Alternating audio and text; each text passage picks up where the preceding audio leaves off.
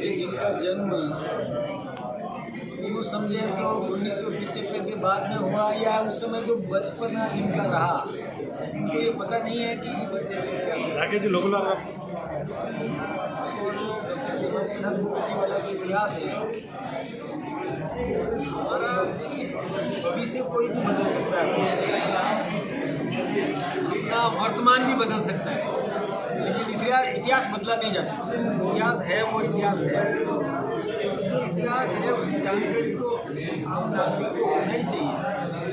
उस समय आप पर लोकतंत्र के चौथे स्तंभ का मुंह बंद पीछे हो, ये कैसे बुलाया जा सकता है?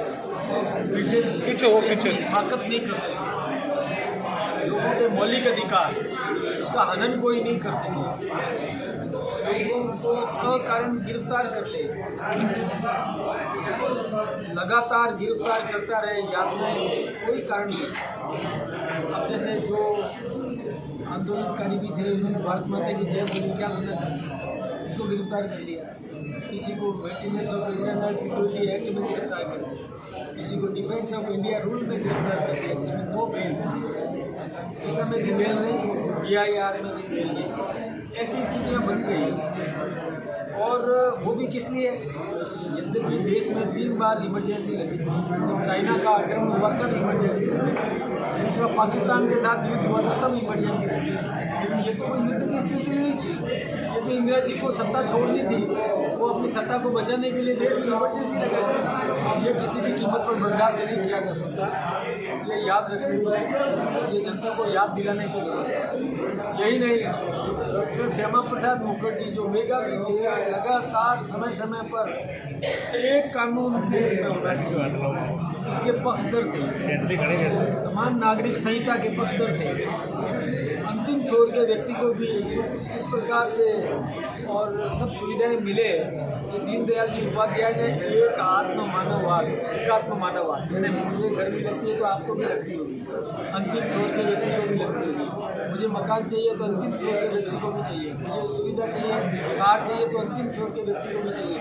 इस प्रकार का सिद्धांत देने वाले की हत्या करते हैं मुगल सराय के अंदर।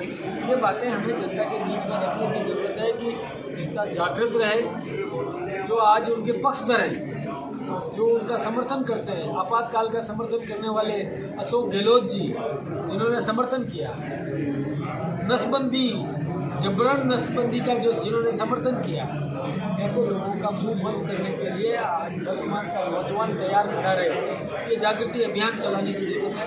इसीलिए हम ये सब करते हैं। पहली बात तो कि भारत के जो टुकड़े हुए, महात्मा गांधी जी ने कहा था कि भारत के यदि टुकड़े हुए तो मेरी लाश पर होंगे, लेकिन उनके जीते जी हुए।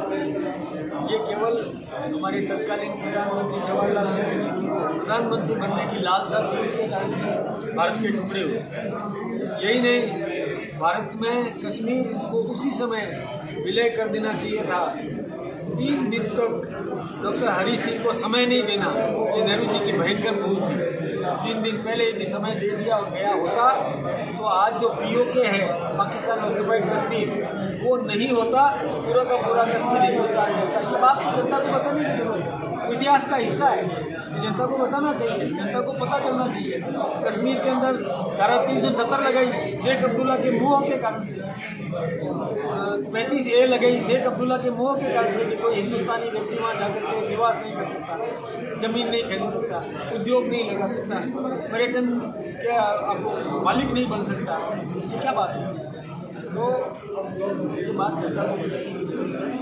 इस प्रकार के अपराध की जनता जागृत रहे, यही हमारे कार्यक्रम का हिस्सा है। गांधी जी की प्रयोग सिर्फ ही किया, आदर्श तो गांधी जी है, गांधी जी को आदर्श मान रहे हैं, सिर्फ ही ने हत्या की। मैंने तो इतिहास का एक हिस्सा बताया, मैंने ये नहीं कहा कि किसी की प्रशंसा नहीं की, मानते नहीं, लेकिन त्रुटियाँ हैं वो तो देखिए। मैं आज मुझे प्रदेश अध्यक्ष बनाया, लेकिन मेरी त्रुटियाँ हैं तो उसके लिए तो लोग कहेंगे अध्यक्ष हूँ पार्टी का, लेकिन गलती होगी तो लोग तो कहेंगे।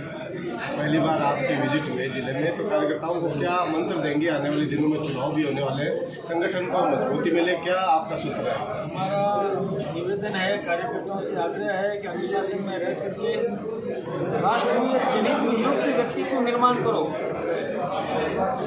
संस्कारवान राष्ट्रभक्त चाहिए, विपक्ष में भी राष्ट्रभक्ति चाहिए, पक्ष में भी राष्ट्रभक्ति चाहिए। इसके लिए हमने तिरंगा यात्रा निकाली थी। विपक्ष में भी राष्ट्रभक्ति चाहिए, लोकतंत्र का भी सवाल है। धन्यवाद।